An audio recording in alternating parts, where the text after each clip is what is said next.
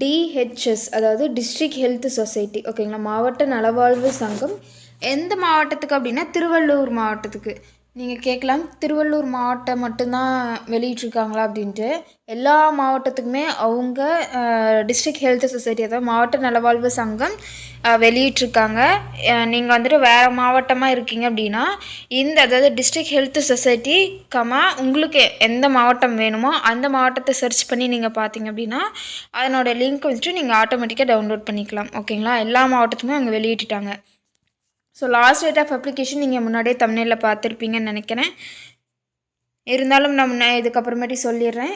31 வரைக்கும் டைம் இருக்குது. அதாவது இந்த மாதம் 31 வரைக்கும் டைம் இருக்குது. ஸோ எலிஜிபிளாக இருக்கீங்க அப்படின்னா மறக்காமல் அப்ளை பண்ணுங்கள். ஆஃப்லைன் அப்ளிகேஷன் தான். ஓகேங்களா, இப்போ எல்லாமே போஸ்ட், வேகன்சி, சம்பளம், வயது வரம்பு, தகுதி இதெல்லாமே பார்த்துடலாமா. ஃபஸ்ட்டு போஸ்ட் என்ன அப்படின்னா ஆடியாலஜிஸ்ட். இதற்கான வேக்கன்சி ஒரு வேக்கன்சி வெளியிட்ருக்காங்க. மாத சம்பளம் 23,000 வரைக்கும் அவங்க கொடுத்துட்ருக்காங்க. வயது வரம்பு 40 வயசுக்குள்ளே இருக்கிறவங்க தாராளமாக அப்ளை பண்ணிக்கலாம். தகுதி குவாலிஃபிகேஷன்ஸை பொறுத்த வரைக்கும் நீங்கள் ஆடியாலஜி அண்ட் ஸ்பீச் லாங்குவேஜில் வந்துட்டு நீங்கள் பேச்சுலர் டிகிரி முடிச்சிருக்கணும்.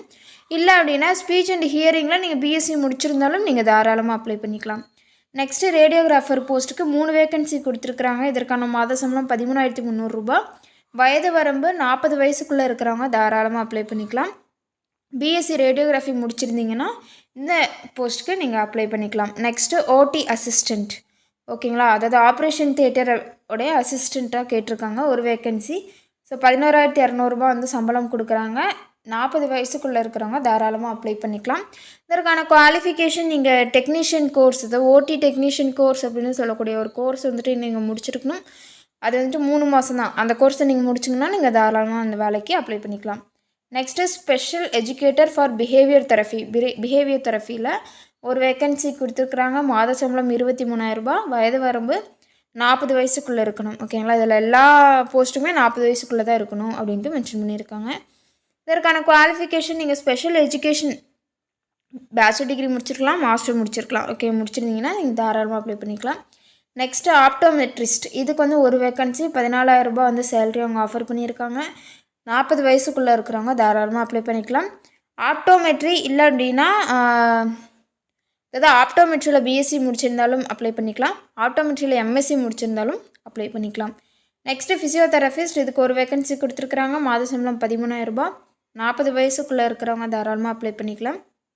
பிபிடி அதாவது பேச்சுலர் ஆஃப் ஃபிசியோதெரபி முடிச்சிருக்கீங்க அண்ட் 2 இயர்ஸ் ஆஃப் எக்ஸ்பீரியன்ஸ் இருக்குது அப்படின்னா நீங்கள் தாராளமாக அப்ளை பண்ணிக்கலாம். நெக்ஸ்ட்டு போஸ்ட்டு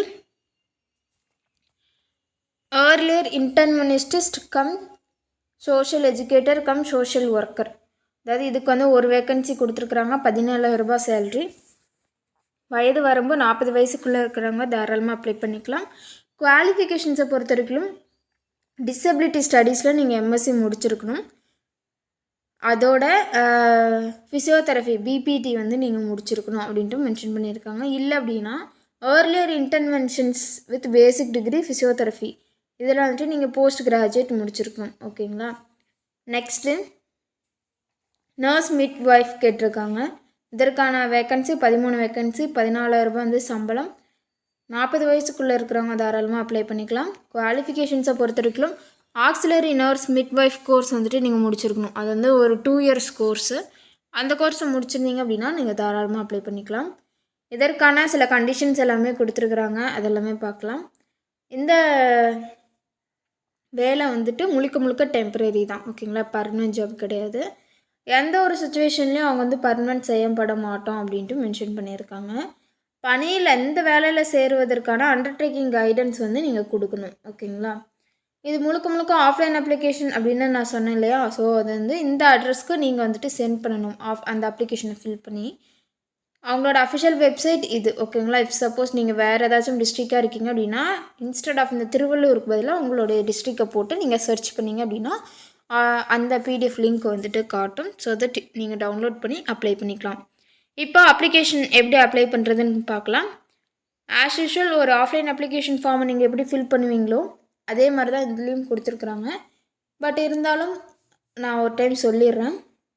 நம்மளோட சேனலை ரெகுலராக பார்க்குறவங்களுக்கு தெரியும் எப்படி அப்ளை பண்ணணும் அப்படின்ட்டு. பட் இருந்தாலும் புதுசாக பார்க்குறவங்களுக்கு நான் சொல்கிறேன். ஃபர்ஸ்ட் வந்துட்டு உங்களுடைய பாஸ்போர்ட் சைஸ் ஃபோட்டோ வந்துட்டு நீங்கள் அங்கே ஓட்டணும். ரீசன்ட் பாஸ்போர்ட் சைஸ் ஃபோட்டோவான்ட்டு பார்த்துக்கோங்க. நீங்கள் எந்த போஸ்ட்டுக்கு அப்ளை பண்ண போகிறீங்களோ அந்த போஸ்ட்டோடைய நேமை இங்கே நீங்கள் மென்ஷன் பண்ணணும்.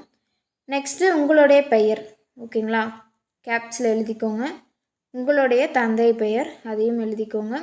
டேட் ஆஃப் பர்த் அது வந்து எந்த ஆர்டரில் எழுதணும் அப்படின்னா டேட்டு, மந்த்து, இயரு, ஓகேங்களா, அந்த ஆர்டரில் வந்துட்டு நீங்கள் எழுதணும். வயது, தற்போது உங்களுக்கு என்ன வயது அப்படின்ட்டு இங்கே நீங்கள் மென்ஷன் பண்ணணும். அது வந்துட்டு எப்படி கால்குலேட் பண்ணுறது அப்படின்னா, குவாலிஃபிகேஷன்ஸ்க்கெலாம் எப்படி கால்குலேட் பண்ணணும் அப்படின்னா, லாஸ்ட் டேட் ஆஃப் அப்ளிகேஷன் சொன்னோம் இல்லையா, 31 அந்த தேதியில் உங்களுக்கு என்ன வயதோ அந்த வயதை குறிப்பிட்டு நீங்கள் 40 வயசுக்குள்ளே இருக்கீங்களா இல்லையான்னு பார்த்துக்கோங்க, ஓகேங்களா. தற்போது உங்களுக்கு என்ன வயதோ அந்த வயதை நீங்கள் மென்ஷன் பண்ணிக்கலாம். எஜுகேஷனல் குவாலிஃபிகேஷன் மேக்ஸிமம் நீங்கள் என்ன டிகிரி முடிச்சிருக்கீங்களோ அது வரைக்கும் நீங்கள் மென்ஷன் பண்ணுறது நல்லது. ஸோ தட் ப்ரிஃபரன்ஸில் சான்ஸ் இருக்குது. தற்போதைய வீட்டு முகவரி, இப்போ நீங்கள் எந்த வீட்டு முகவரியில் இருக்கீங்களோ அதனோட அட்ரஸ் இங்கே நீங்கள் ஃபில் பண்ணணும். நிரந்தர முகவரி எதுவோ அதை வந்துட்டு இங்கே கீழே இருக்கிற பாக்ஸில் ஃபில் பண்ணணும். ஆதார் கார்டு நம்பர் கரெக்டாக கொடுத்துக்கோங்க. ஃபோன் நம்பர், இமெயில் அட்ரஸ் இருந்தால் கொடுத்துக்கலாம், இல்லைன்னா தேவையில்லை. ஃபோன் நம்பர் வந்துட்டு கண்டிப்பாக கொடுக்கணும். அதை வந்துட்டு கரெக்டான ஃபோன் நம்பரான்னு பார்த்துக்கோங்க. ஸோ தட் ஃபர்தர் இன்ஃபர்மேஷன் கால்ஃபருக்கு அது யூஸ்ஃபுல்லாக இருக்கும். ஸோ பிளேஸு, டேட்டை மென்ஷன் பண்ணிவிட்டு உங்களோட சிக்னேச்சர் வந்துட்டு இங்கே நீங்கள் போடணும். அவ்வளோதான் நோட்டிஃபிகேஷனோட பிடிஎஃப். இதில் வந்துட்டு கீழே அந்த அப்ளிகேஷன் பின்னாடி என்னென்ன காப்பீஸ் எல்லாம் அட்டாச் பண்ணணும் அப்படின்னு கீழே கொடுத்துருக்குறாங்க. ஸோ அதையும் நான் சொல்லிடுறேன். ஃபஸ்ட்டு 2 பாஸ்போர்ட் சைஸ் ஃபோட்டோ கேட்டிருக்காங்க. அதுக்கப்புறமேட்டு டேட் ஆஃப் பர்த்துக்கான ப்ரூஃபுக்கு நீங்கள் பர்த் சர்டிஃபிகேட் கொடுத்துக்கலாம். மார்க் ஷீட், எஸ்எஸ்எல்சி, ஹெச்எஸ்சி சர்டிஃபிகேட்ஸோட மார்க் ஷீட்ஸை கொடுக்கலாம். எஜுகேஷனல் குவாலிஃபிகேஷன்ஸோடைய சர்டிஃபிகேட் அண்ட் மார்க்ஸோடைய சர்டிஃபிகேட் கொடுக்கணும். கவுன்சில் ரிஜிஸ்ட்ரேஷன் சர்டிஃபிகேட் இருந்தால் கொடுக்கலாம், இல்லைன்னா தேவையில்லை. எவிடன்ஸ் ஆஃப் தமிழ் எலிஜிபிலிட்டி, அதாவது நீங்கள் வந்து தமிழ் மொழியில் தான் படிச்சிருக்கீங்களா அப்படின்ட்டு அதற்கான எவிடன்ஸ் வந்து கேட்டிருக்காங்க. ஸோ அதுக்கு வந்து நீங்கள் 10th or 12th mark sheets வந்துட்டு கொடுத்துக்கலாம். ப்ரூஃப் ஆஃப் ரெசிடென்சி, இதில் வந்துட்டு எது இருக்கோ அது ஒன்று கொடுத்துக்கலாம், ஓகேங்களா. இருப்பிடத்துக்கான சான்று தான் கேட்டிருக்கோங்க. கேரக்டர் சர்டிஃபிகேட்டு, இது வந்துட்டு ஏதாச்சும் ஒரு கவர்மெண்ட் ஆஃபீஸர்ஸ் கிட்ட நீங்கள் சைன் வாங்கிட்டு வந்துடுங்க.